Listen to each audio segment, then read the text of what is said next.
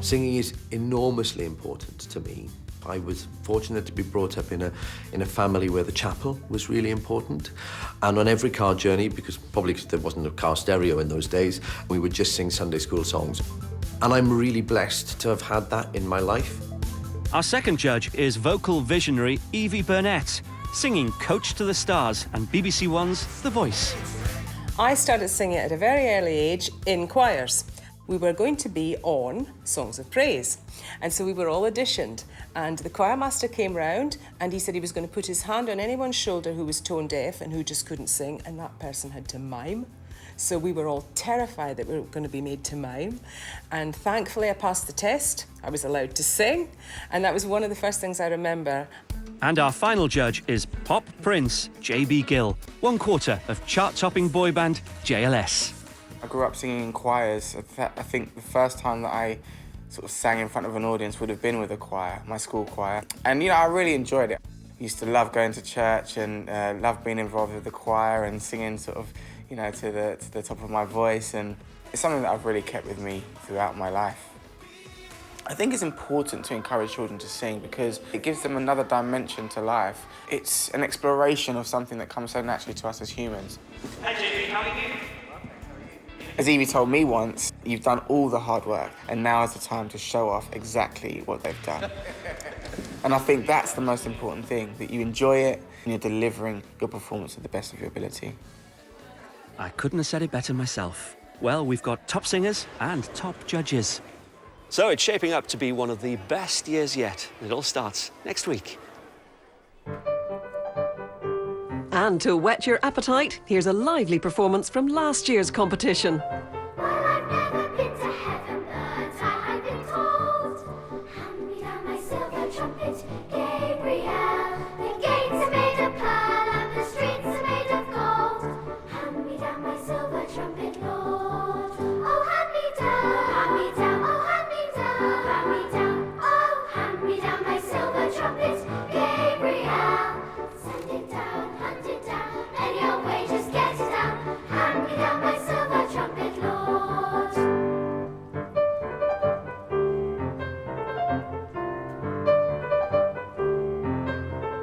If religion were a thing that money could buy, hand me down my silver trumpet, Gabriel. The rich would live and the poor would die. Hand me down my silver trumpet, Lord. Oh, hand me down, hand me down, oh, hand me down, hand me down, oh, hand me down my silver trumpet, Gabriel. Send it down, hand it down, any old way, just get it down. Hand me down my silver trumpet, Lord.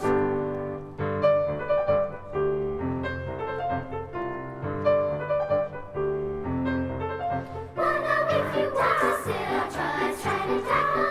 Trumpet, hand me down my silver trumpet, Gabriel. You better not play it, send down. A trumpet, hand me down my silver trumpet, Lord. Oh, hand me down, oh, hand me down, hand me down, oh, hand me down my silver trumpet, Gabriel. Send it down, hand it down, any old way, just get it down. Hand me down my silver trumpet, Lord. Hand me down my silver trumpet, Lord.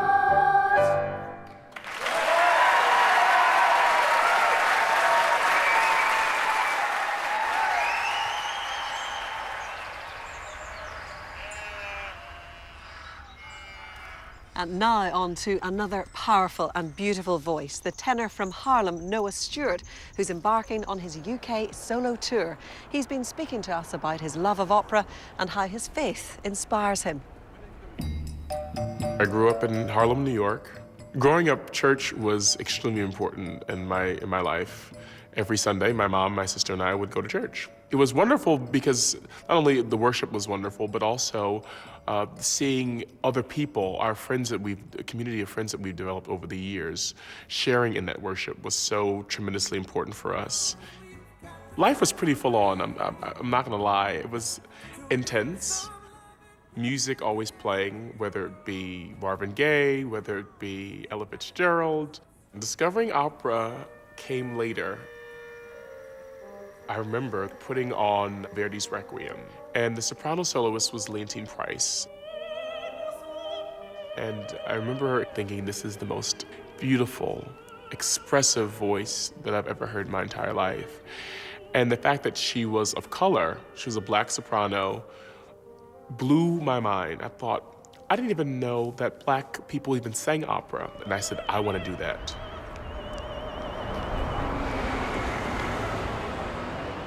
Being an opera singer is so different from being in a band because I'm always by myself.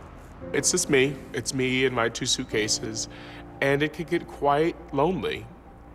And those are the times where I go back to my faith, and spirituals play a huge part.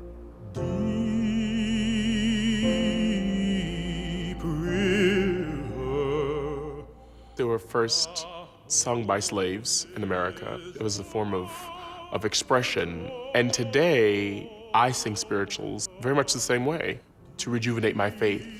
And by the time I'm finished singing through a song, I know that I'm not alone in my walk, that God is with me every step of the way.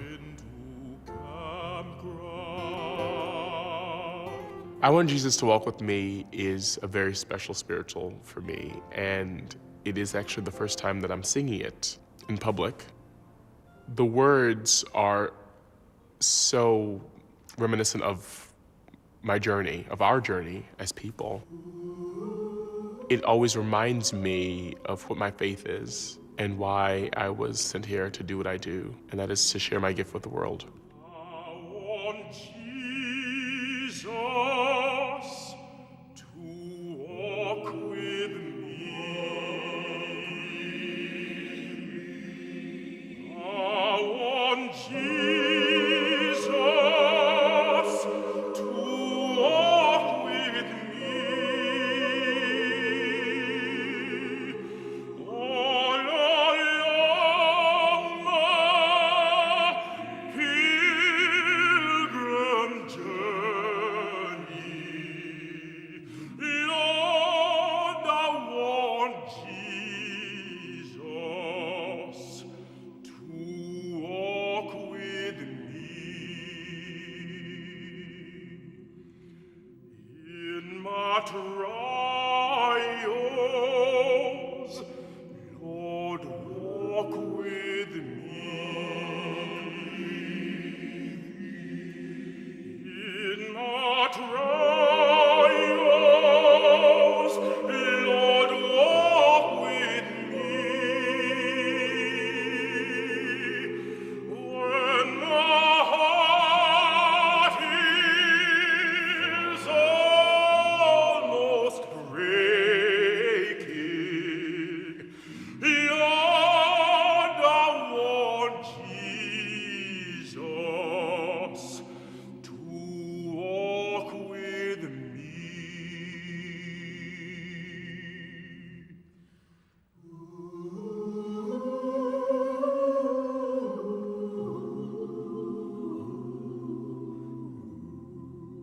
When I'm troubled, Lord, walk with me. When I'm troubled, Lord, walk with me. Lord, when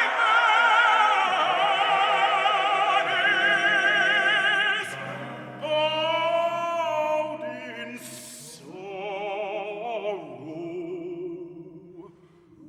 Lord, I want Jesus to walk with me.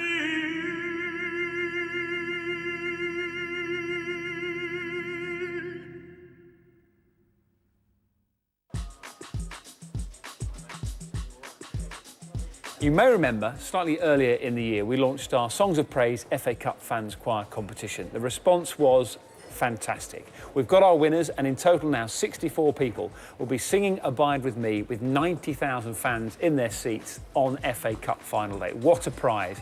Well, here are two of those winners and their remarkable story.